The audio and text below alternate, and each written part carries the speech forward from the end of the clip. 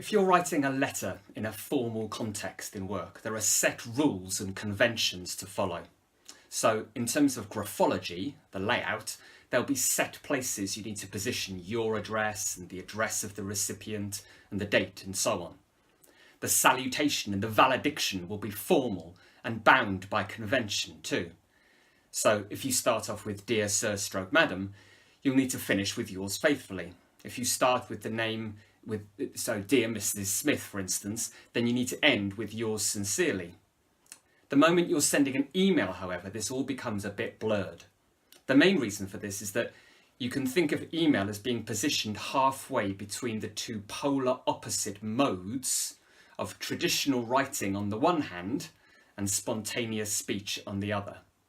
Writing tends to be planned and drafted, more formal in terms of grammar and lexis, whereas speech is often, not always, but often more spontaneous and interactive, more colloquial, using a lower register. Email is a comparatively new mode of communication that kind of falls halfway between these two. Emails can be drafted and planned, but they can also be pinged back and forth quite quickly.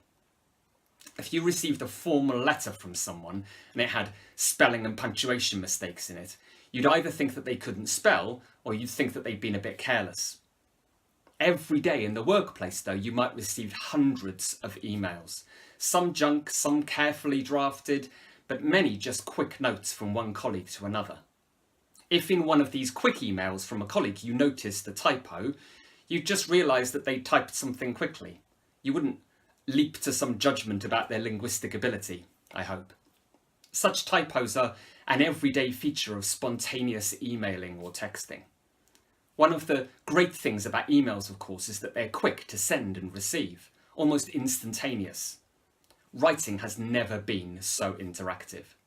Linguist Dan Clayton talks about the affordances and constraints of any form of technology in communicating with someone else. In other words, what does the technology allow you to do or make difficult? The affordances and constraints. Almost instant interaction is one of the affordances of email. And the more interactive and spontaneous aspects of email have led to the language of emails not being bound by such rigid conventions as traditional writing. To some extent, the rules have gone out the window. If you're sending an email, the salutation and valediction you use are far more likely to be more informal than they would have been in a traditional letter. The language of the email itself, in the body of the email, is also more likely to be informal too. You might find typographical features that you'd never find in a formal letter. Things like multiple punctuation, using lots of exclamation marks for emphasis, for instance, or using capital letters to convey emotion and to suggest prosodic features. If you wanted to show how grateful you were to someone, for instance, you might write something like, "Thanks so much." The non-standard spelling and punctuation here are implying your tone of voice, a prosodic feature that in traditional writing you might struggle to represent. On the other hand, some of the emails you might receive in a workplace context could be quite formal. This could be dependent on the context, but also on the writer. Everyone has their own writing style, determined by their idiolect, their own unique dialect, which stems from things like their age, their gender, region, race, class, and thousands of other things. The thing with emails is that there is such a range of communication styles, and that breadth and tolerance is much wider than it ever used to be with conventional writing. It's what Brenda Dannett, in her paper Talk to You Soon, Literacy, Letter Writing and the Language of Electronic Email, it's quite old but a really interesting paper, calls the normlessness of email communication. David Crystal puts it in a similar way when he says diversity is the e-norm.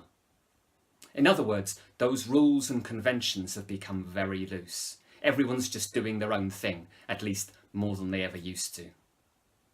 Of course, partly this is due to the process of informalization that's occurring in so many areas of communication. It's like the language we used to use in private with our family and friends is increasingly being used in a public context.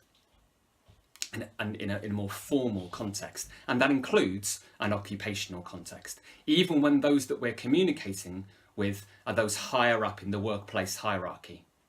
Norman Fairclough writes about this trend in Border Crossings, Discourse and Social Change in Contemporary Societies.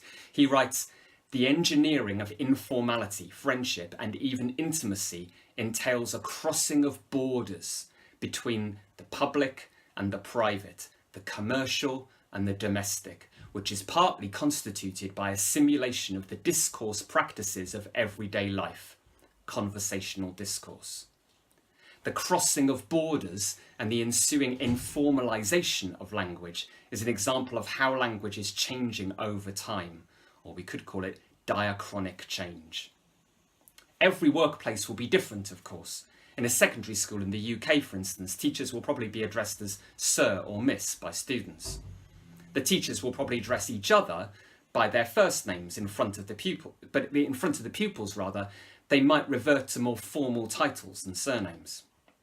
The context here is determining the register.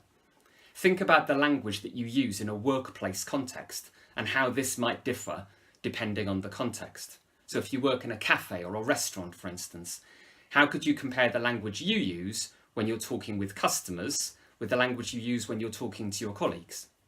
If you work in an office or a business, what about if you're answering a phone and you realise it's an external call from a customer? What do you say? Is there a set line that you have to say? And how does that differ from the way that you might answer an internal call? As a general rule, it's often safe to be formal in a workplace context until you can gauge whether it's okay to be informal. Sometimes you can see this in a series of emails. If I'm sending an email to a teacher from another school, for instance, that I don't know very well, then I might begin it, "Dear Steve," or even "Dear Mr. Jones." What I'd then be looking at is how they sign off their response and how they address me back. If he replies to me, "Hi Kevin," then I'd be far more likely to adopt a similar level of informality in response. What we're doing, of course, is converging. Our linguistic styles are getting closer. It's what Howard Giles would call convergent accommodation.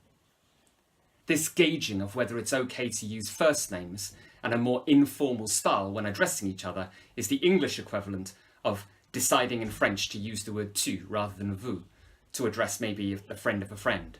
So in France, if you started off using vous, the more formal second person pronoun, to each other, at some point one of you might say, "On peut se tutoyer?" Is it okay to use tu to each other now? If you're writing about communication in the workplace, then see if you can mention these things. If you're doing the AQA English Language A-level, have a go at turning the ideas I've discussed over the last few minutes into a couple of paragraphs that you could use in an essay or an article on this topic in the exam.